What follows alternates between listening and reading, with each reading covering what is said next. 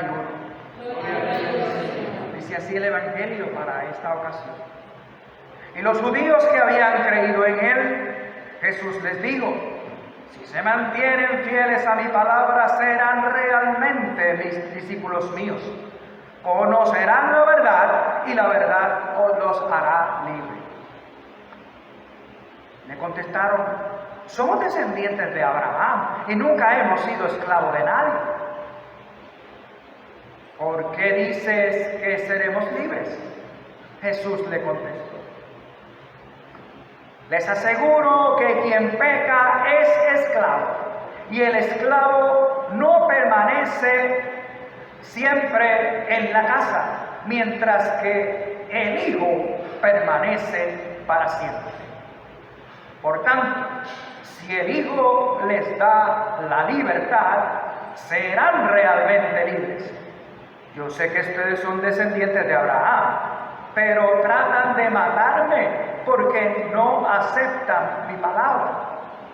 Yo lo digo lo que he visto junto a mi padre, y ustedes hacen lo que han oído de su padre.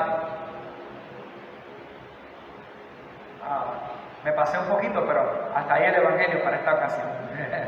Alabanza a Dios Cristo.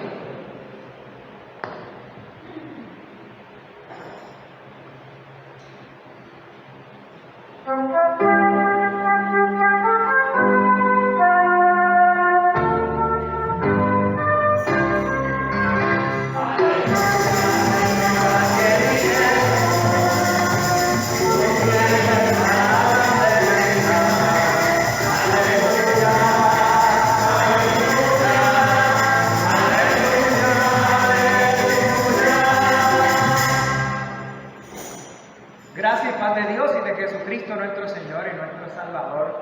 Amén. Pues seguimos entonces. La escuela dominical fue muy buena, y pues hoy continuamos con ese tema de los 504 años de la reforma de la iglesia, eso es siglo XVI. Vamos a estar hoy viendo el Salmo 46, que es el Salmo del día, y también vamos a estar viendo algo de la epístola a los romanos.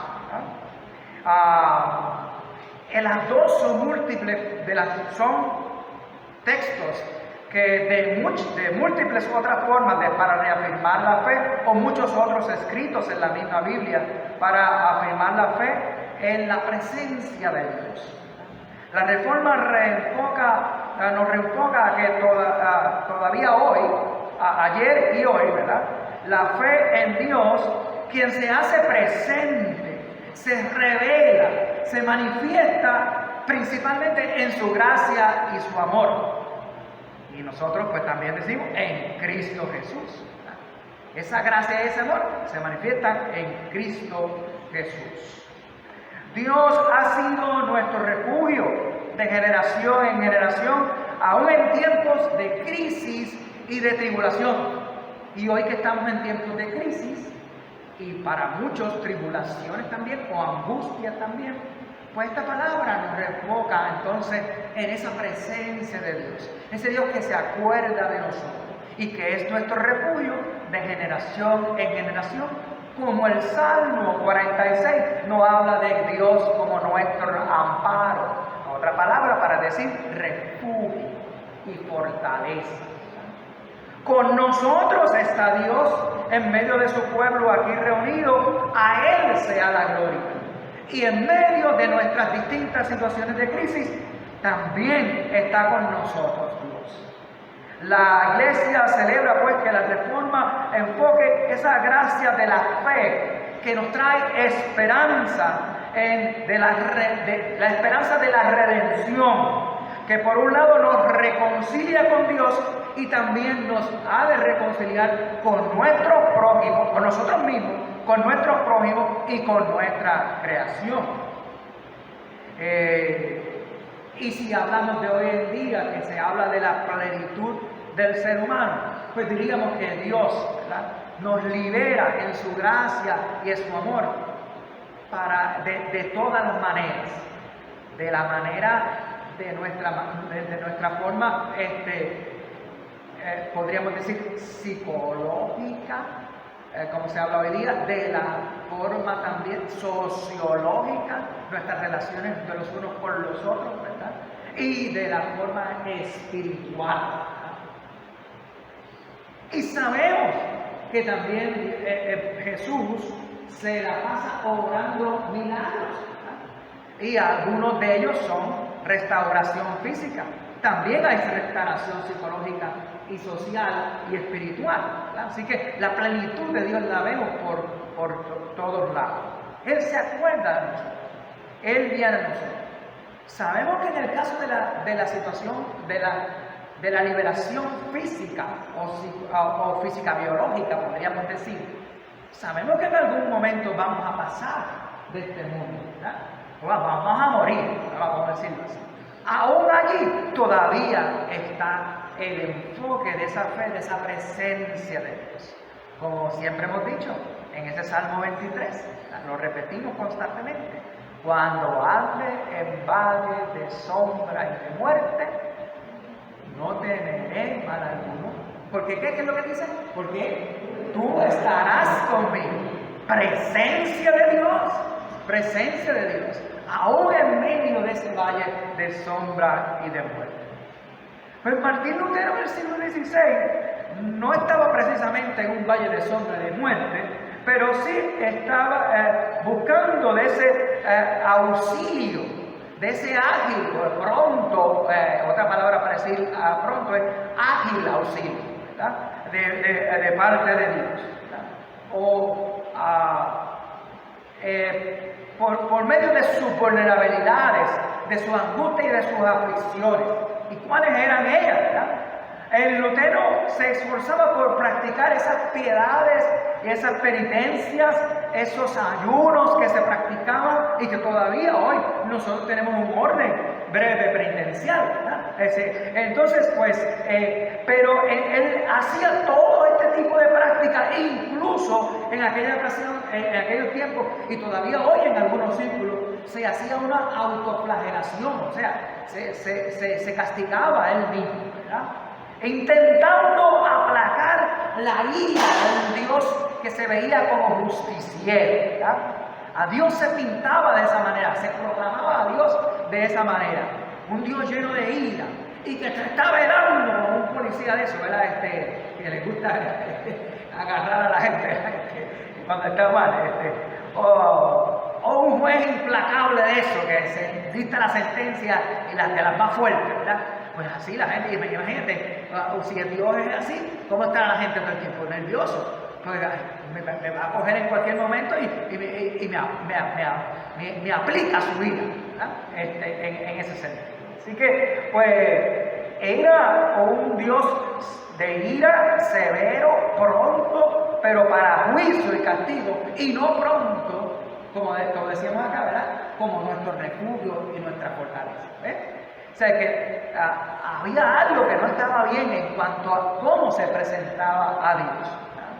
Por medio de esa desesperación que él sentía, ¿verdad? Ese sentido, podríamos decir, hasta de impotencia. Y algunos que se han puesto hasta hacer análisis psicológico de lo que le pasaba a Lutero, ¿verdad?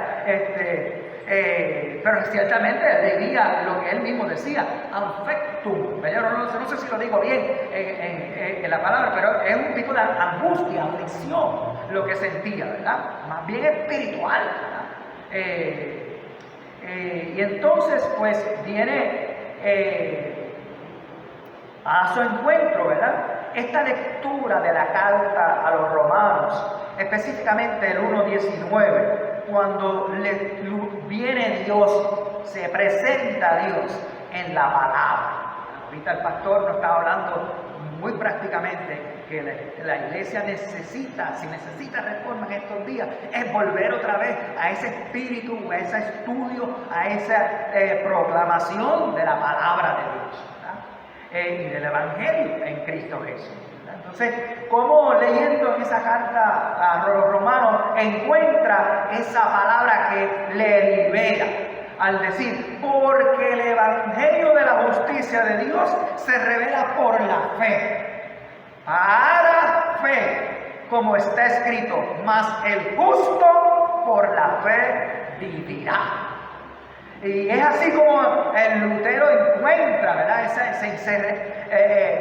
Dios viene a su encuentro, Dios viene a refugiarlo, Dios viene a ser su fortaleza, revelándole esa palabra por la cual, ¿verdad? Él siente esa liberación de espíritu y de conciencia. Entonces, y así mismo él era un estudioso y sigue leyendo, y en el capítulo 3:11 amplía un poquito más, ¿verdad? Cuando dice, nadie es justificado ante Dios por la ley. Es evidente, escribe Pablo, ¿verdad? Porque el justo vivirá por la fe. Se vuelve a reafirmar lo que había dicho en el capítulo 1. Celebramos nosotros hoy entonces que esa gracia de liberación nos viene por parte de Dios, que nos asiste en su palabra y en el Evangelio y en Cristo Jesús, sobre todo, ¿verdad? Para estar con nosotros y liberarnos a nosotros de ese sentido de miedo a un Dios de ira, o como se presentaba, sino un Dios que está dispuesto en su gracia a liberarte, a llenarte otra vez, o a fortalecer esa fe que ya ha puesto en ti, para cuando tú, precisamente cuando estés en medio de la angustia, del sufrimiento o de la tribulación. Y entonces sigue dándose ese centro de proclamación del Evangelio en la vida de la iglesia hoy. Dios sigue haciéndose presente, revelándose en su palabra, con su voluntad de auxiliarnos, de darnos consuelo, de fortalecernos, ya lo dijimos, ¿verdad? Y de darnos esperanza, centrada en esa gracia que nos salva, por la obra que revela en su amor redentor en Cristo Jesús, en la cruz de su Hijo, nuestro Señor. A Él sea la gloria. Muy distinto al juez justiciero que presentaban en el tiempo de la Reforma, lleno de ira, pronto para la condena. Al contrario, la palabra de Dios revela una y otra vez en distintos escritos bíblicos, tanto en el Antiguo Testamento como en el Nuevo Testamento. Y desde el Antiguo Testamento están varias ocasiones en este verso que se repite por profetas, en distintos escritos.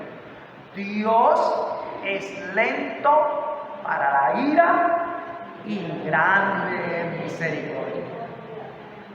El jueves yo lo dije allá en Epifanía, y yo dije, yo sé que en San Esteban se saben ese verso de memoria, y ustedes lo acaban de comprobar ahora, ¿verdad? Vivimos la fe en Jesucristo, que nos libera, nos empodera para resistir, para superar, para vencer no solamente las angustias, sino el pecado, el mal y la muerte. Dios en Cristo nos libera del pecado, del mal y de la muerte. Celebramos pues hoy que con nosotros está Dios, que ha llegado a nuestro encuentro en Cristo Jesús para salvarnos del pecado. Como diría Pablo en su escritura, justificados gratuitamente por su gracia, por medio de la redención que es Cristo Jesús. Dios con nosotros está, y en el Salmo 46 nos lo menciona de esta manera. Con nosotros está Dios de Jacob, el Dios de Jacob. Nuestro refugio es el Dios de Jacob, dice ese salmo, ¿verdad? Escribe ese salmo. Esa afirmación del Salmo 43 muestra como se muestra en el Salmo como una fuerza de un ejército espiritual, ¿verdad? Que en múltiples ocasiones se manifiesta en la batalla del pueblo, ¿verdad? Como lo hizo con el pueblo bajo Jacob. Y ahí entonces está esa narrativa del Génesis, ¿verdad? El jueves lo decía, que le exhortaba a la gente a volver a ese Génesis, a estudiar esa escritura y ver esos pasajes en donde está la historia de Jacob, en donde está la historia de José, el hijo de Jacob, ¿verdad? El que los hermanos vendieron y que mataron una cabra y le pusieron la ropa, el manto que tenía, que le había regalado el padre Jacob a José, ¿verdad? Todas estas situaciones. Y José pasó por tantas vicisitudes y tantas situaciones.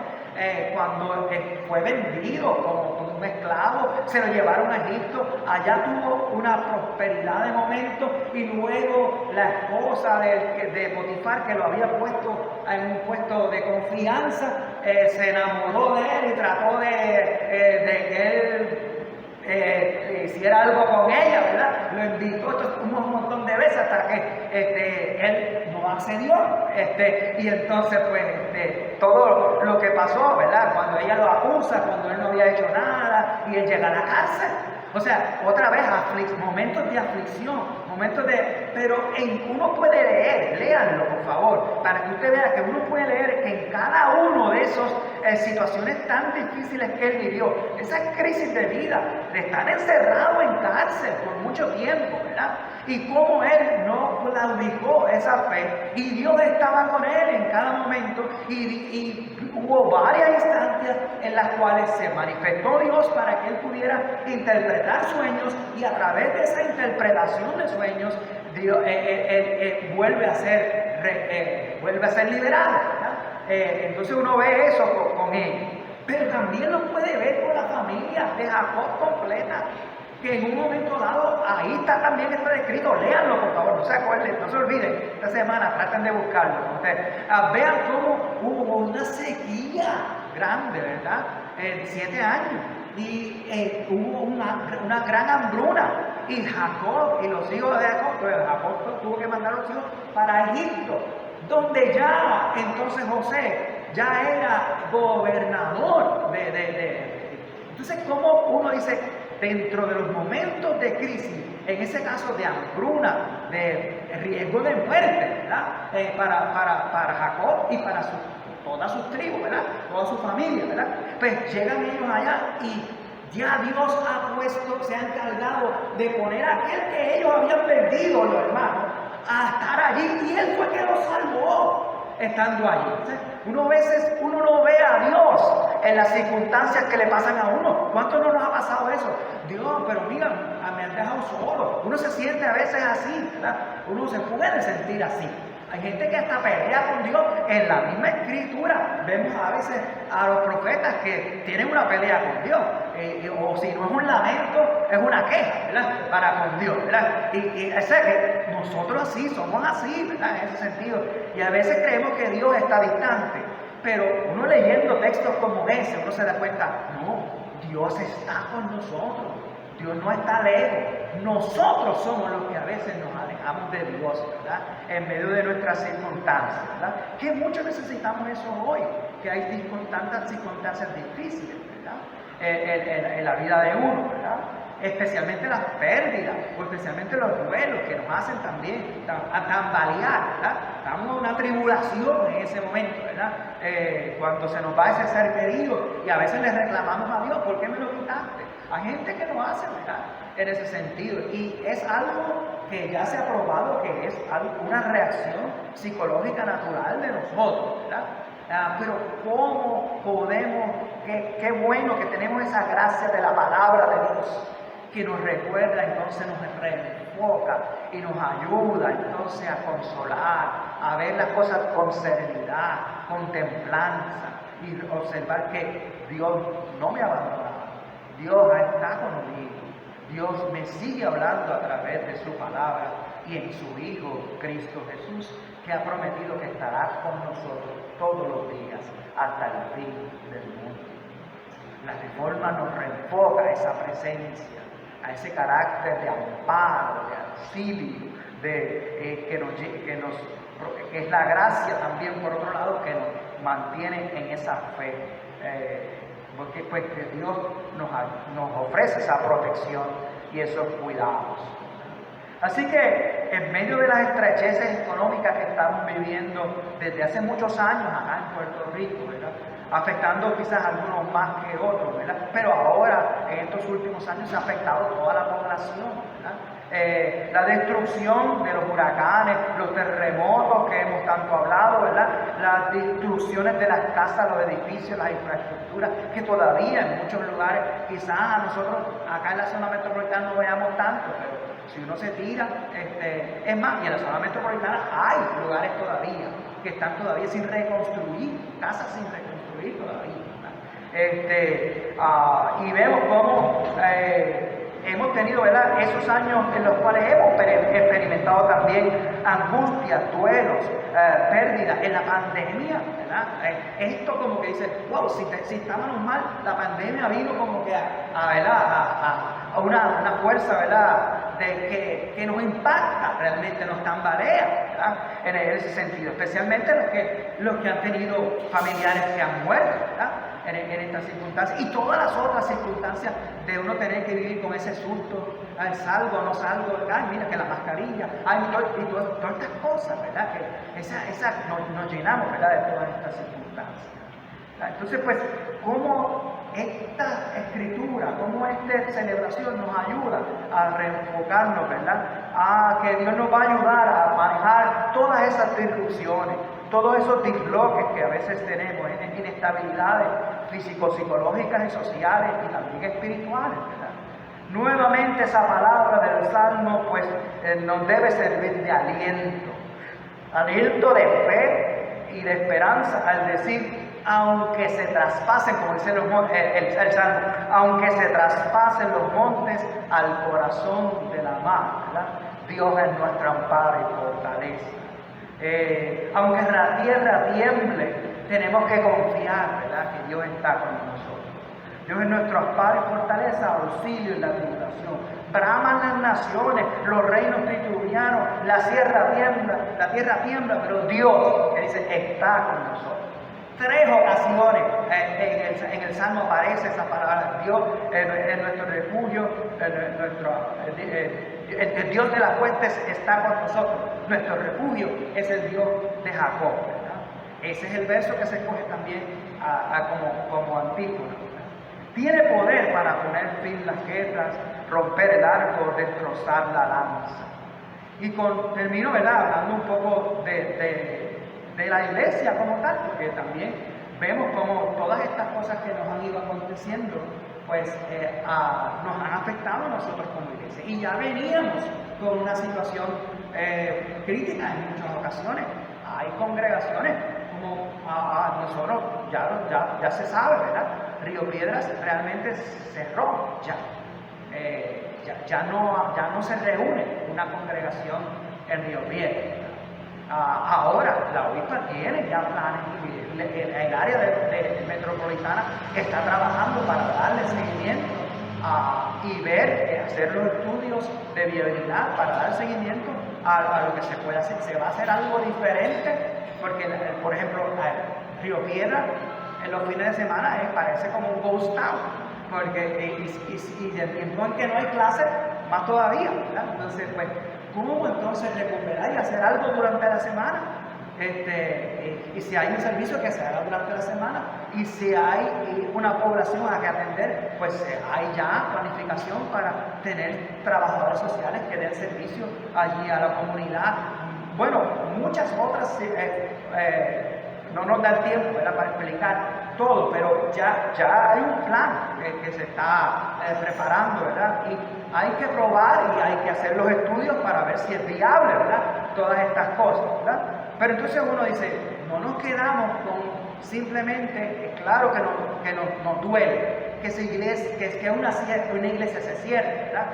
Pero sobre eso nos sobrepusimos en el sentido, bueno, pues está ese edificio allí, hay una comunidad en Río Piedra, pasan por ahí carros y hay gente que está por allí, así que ¿cómo le podemos ofrecer servicio? ¿Cómo podemos seguir siendo proclamadores del Evangelio en esas circunstancias o en ese lugar, ¿verdad? En ese sentido. Pues así nosotros podríamos decir, de muchas otras congregaciones, ¿verdad?, que están en situaciones difíciles. Nosotros hemos visto esta baja en asistencia, no solamente aquí, en muchas de las congregaciones estamos así. Y nos estamos preguntando, ¿qué va a ser de la iglesia? ¿Cuál va a ser el futuro? ¿Tendremos futuro? ¿Verdad? Es una pregunta. Pues hay que volver a reenfocar. Y qué bueno que estamos celebrando la reforma, porque la reforma vuelve a reenfocarnos. No estemos tanto pensando tanto en lo que va a pasar y lo que va a pasar, porque pasa. Sí, especialmente si es negativo, ¿verdad? Sino vamos a agarrarnos donde nos tenemos que agarrar, de la mano de Dios, de la presencia de Dios, de la palabra que nos guía, que es norma para la fe y para la vida del pueblo de Dios. Es un medio de gracia que nos anuncia ese amor, esa gracia de Dios que fortalece nuestra fe, que nos perdona, nos redime, nos reconcilia unos con otros y nos hace pueblo de Dios, ¿verdad? Y como pueblo de Dios, esa fe crece en amor, opera en el amor, y como ese poder del amor de Dios en nosotros, como gracia del Espíritu, nos impulsa a buscar nuevas formas de hacerlo, ¿verdad? En Príncipe de Paz tenemos esa discusión hace tiempo, ¿verdad? Y yo les decía a ellos, miren mis hermanos, si no podemos mantener el templo, no podemos mantener una figura pastoral, recuerden cómo ustedes empezaron hace tiempo atrás, pero se puede volver a empezar. Hace 40 y pico de años, yo creo que un poquito más tienen ellos, ¿verdad? Fue en Marquesinas, fue en las urbanizaciones de la gente, ahí empezaron a reunirse 3 o 4 familias en una casa, es decir, y no había presupuesto, no había, y ustedes fueron levantando así la iglesia hasta que compraron el templo, ¿verdad? Pues si nos pasa eso, uno tiene que pensar, es decir, si nos pasa eso, todavía podemos proclamar el Evangelio, todavía podemos compartir a Cristo, todavía podemos ser un remanente, como muchas veces el mismo pueblo de Dios vivió siendo un remanente de los que se mantenían fieles en la fe para con Dios, esperando, y esperaron 40 años por el desierto, y esperaron también cuando estuvieron en el cautiverio en Babilonia, y siguieron ahí manteniendo la fe, aunque ya no tenían templo, aunque Jerusalén estaba destruida, ellos siguieron confiando en Dios, y Dios estuvo con ellos hasta que salieron del cautiverio y volvieron a la tierra que Dios les había dado. Pues de la misma manera, nosotros como iglesia debemos pensar, quizás no nos vaya a pasar a nosotros San Esteban, ¿verdad? Dios quiera que no, ¿verdad? Una situación tan fuerte, ¿verdad?, como las que hemos descrito, ¿verdad? Pero ciertamente estamos viviendo en tiempos difíciles, ¿no? Y cómo esto nos ayuda a reafirmar esa fe, ¿verdad?, a enfocarnos en Dios, que es nuestro amparo, que es nuestra fortaleza, y cogernos de la mano con Él. Y confiar en esa palabra que nos viene nueva cada día y que nos refresca y nos fortalece para caminar junto con Dios y con Cristo. Vivir en esa gracia amorosa de Dios, amándonos los unos a los otros y haciendo la obra que Dios nos hizo por Cristo Jesús. Termino diciendo que ayer tuvimos 7 jóvenes. Yo conté 7 en esa reunión. Eso es gloria a Dios. Yo iba a escribir otro sermón, pero yo dije, no, yo no puedo escribir otro sermón porque yo tengo que estar con los jóvenes. Y le doy gracias a Dios porque vine y porque vi con mis propios ojos cómo ellos se desarrollaron. Me senté aparte para que ellos mismos desarrollaran su reunión. Claro, después me llamaron, pastor, ore, y después me llamaron y participé un ratito, ¿verdad?, con ellos, pero me quedaba aparte para que ellos ya vieron un plan por ahí de ellos para la acción de gracias, tienen otro para Navidad. ¿Cómo? Vamos a tener que cambiar el servicio porque ellos quieren participar. Y dicen, no tiene que ser cuando nos vayamos a comer allá, ustedes pueden hacerlo durante el servicio lo que quieren hacer, ¿verdad? Lo que quieren hacer. Y uno dice, ¡wow! Yo digo, gloria a Dios, tú sabes. Decía, vino de ellos en la reunión. Y ellos se reunieron y ellos ya están planificando. Y dice, Dios no está con nosotros. Claro que Dios está con nosotros, ¿verdad? Y que sigue con nosotros. Dios los bendiga, los guarde, que su paz que sobrepuja el entendimiento